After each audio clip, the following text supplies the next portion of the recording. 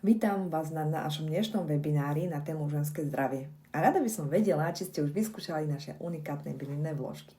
Ešte raz vás vítam a moje meno je Julia Šavel. A ženským zdravím sa zaoberám už cez 4 roky. Mne samej tento unikátny ženský program pomohol a neskutočne mi zmenil život. Pomohol mi vyriešiť gynekologické problémy, ktoré som riešila dlhé roky a ja na tento unikátny program naozaj nedám dopustiť. Bola by som rada, ak by ste sa zamysleli nad tým, čo si prikladáme tam dole každý mesiac. Lebo tá sliznica je najväčšia sliznica v našom tele a dokáže vcucnúť až 70% toho, čo tam dávame. Či sú to hygienické pomôcky, alebo aj v čom perieme. Telo všetko vstrebáva. Nečistoty sa usídľujú v organizme a aj napriek tomu, že telo má samočistiace a samoozdravovacie schopnosti, má tiež svoje hranice. Vložky z drogerie sú vyrábané z recyklovaného plastu, bielené chlórom a lepené priemyselným lepidlom, ktoré je škodlivé a vytvárajú tzv. Skleníkový efekt. Sú to zapareniny, začínajú sa tam tvoriť baktérie, kvasinky a z toho vznikajú cysty, myomy, svrbenie či pálenie. Mám cez 10 babetiek vďaka týmto produktom.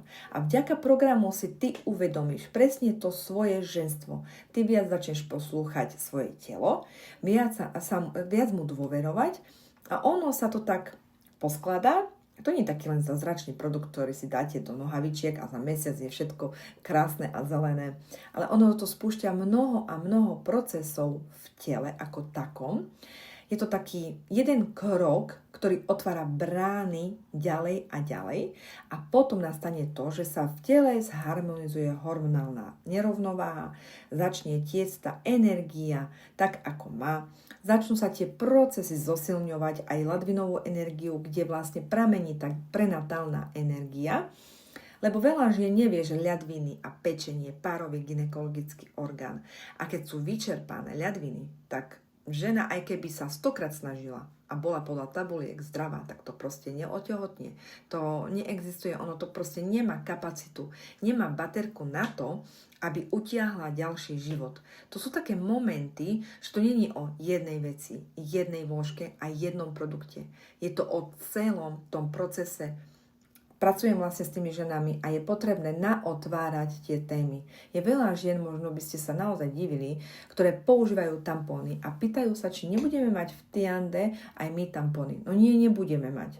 Podľa tradičnej čínskej medicíny je to energetický štúpel, ktorý si tam vsunieme a to sa nezlúčuje s tou filozofiou, lebo tá energia prestane tiesť. A ja vravím ženám, ktoré sú také zarité na tampóny a nič iné nechcú, skúste si dať ten tampon, raz si ho rozbalte, dajte ho do pohára s vodou a počkajte 10 minút.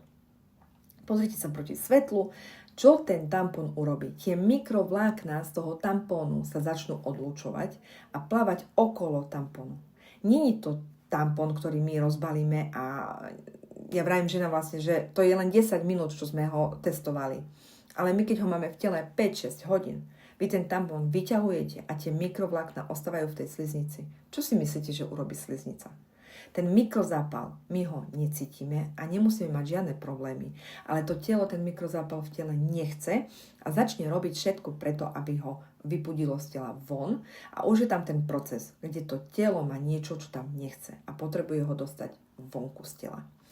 Tampon bol vyvinutý primárne na krátke využitie. Chcem sa vykúpať, zašportovať, tak na hodinku si ho tam dám a hneď vyťahujem preč. Ale potom spoločnosti zistili, že je to skvelý biznis, lebo mám menštruáciu, chcem sa cítiť pohodlne, čisto, môžem mať tanga, športovať, ako som zvyknutá. No a čože mám menštruáciu? Idem v móde, ako je telo zvyknuté celý mesiac, tak sa zaštuplím tampónom. A aby to nikto nevedel, tak prečo my to vlastne telo nepočúvame? Mám menštruáciu? Dobre, je potrebné trošku zvolniť, vypustiť, či zvolniť ten životný štýl. Brať to ako dar, že keď tá menštruácia funguje správne, vtedy žena dokáže priviesť na svet nový život. Skúsme sa na menštruáciu pozerať láskyplne, z pohľadu prijatia tej vnútornej ženy, tak, že sa to prejavuje navonok, ale aj vlastne cez tú pravidelnosť, cyklistkosť, lebo v nás, ženách, to vždy bolo. Keďže spoločnosť je orientovaná na dosiahnutie niečoho a my ženy sa v tom strácame, zabudáme oddychovať, zabudáme sa cítiť a toto všetko nám hovorí náš menštruačný cyklus, lebo to je odrazom energetického tela, mocného tela. Pri štandardných konzultáciách s klientkou sa jej pýtam, ako prebieha menštruácia, ako sa u toho cíti, ako tam tá menštruačná krv vyzerá. A tam tie ženy ako keby sa prebudili a zrazu oni to nevedia. Oni sa nesledujú, oni nevedia, ako sa cítia pri menštruácii, oni nevedia, ako vyzerá menštruačná krv. Proste majú diár, apku, kde im pípne vtedy a vtedy mám prísť menštruácia a keď položím otázky, oni to nevedia. Chodíme do práce, staráme sa o deti, upratujeme, chodíme nakupovať a vlastne sami seba dávame až niekde na koniec. Ale to nie je cesta. Ja sa snažím v tom programe postaviť ženy na prvé miesto. Teraz som tu ja, ako sa cítim, čo sa v mojom tele deje, kde je potreba uľaviť a kde zase pridať. A tie ženy dávam na prvé miesto, pretože oni sú prvé, až potom je partner, deti, až potom sú povinnosti. To, že žena si dokáže tou pozornosťou dať samú seba na prvé miesto, to, že je ochotná sa venovať pár minút času, aby zistila, aha, dnes som vo fáze ovulácie, ako sa vlastne cítim, akú mám energiu, čo by som chcela dnes robiť. Keď sa tá žena uvedomí, že je pred menštruáciou, že je úplne normálne byť unavená, je v poriadku, že nemám chuť ísť na tréning a to telo je tak nastavené, ale ženy sa radšej postavia do mužskej role a idú na tréning, vydajú maximum, akoby v čase menštruácie nevnímali ani seba. S tým sa stretávam veľmi často. Ak už máme potrebu cvičenia, tak napríklad yoga, tai chi, ale pozor na saunovanie počas menštruácie alebo pred menštruáciou, lebo vtedy strácame tú jónovú zložku a môže sa to odraziť na jej plodnosti a aj na našom menštruačnom cykle. Ešte by som upozornila na obličky, lebo tam je naša zásobareň esencie Ting. Táto esencia je ako sviečka, pretože sa ťažko doplňa, len pár bylín ju vlastne vie doplniť. Vieme sa ochrániť tým, že veľa spíme, strávou, sme v teple a ešte pre ženy, ktoré majú problém s mykozami a kandidami, pozor na cukor. Ženy, ktoré chcú otehotnieť, pozor na studenú podlahu, spotenie počas cvičenia, to vlhko sa vie dostať dovnútra a stáva sa chladným vlhkom v tele.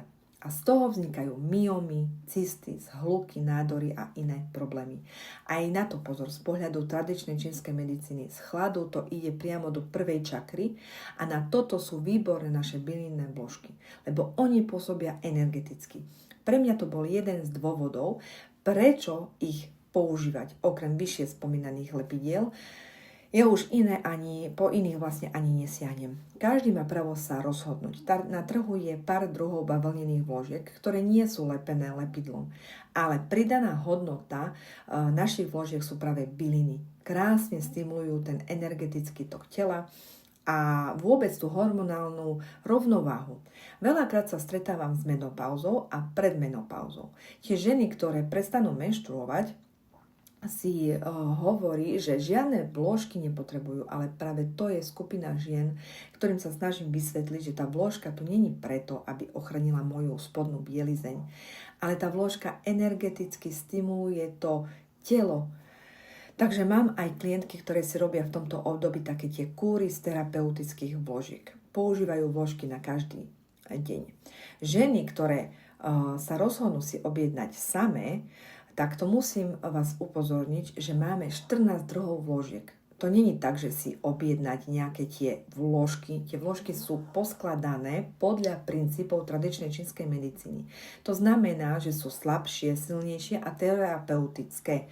A tie vložky sa musia poskladať na mieru klientke. Nemám pripravené balíčky. Vypočujem si klientku a poskladám tie produkty za sebou. To ale neznamená, že tak ako sa poskladajú, raz aj ostanú. Ja stále potrebujem od klientky spätnú väzbu. Ako jej to telo proste reaguje na byliny, lebo každé telo reaguje inak. S niekým môžem postupovať rýchlejšie a s inou klientkou zase pomalšie. Pre niekoho to je niečo nové. dá si intimky do nohavičiek a za hodinu mi volá, že cíti bylinky až v puse na jazyku, že ako je to možné. Vtedy sa snažím vysvetliť, že práve cez tú sliznicu sa dostanú tie bylinky do tela, do krvného riečištia.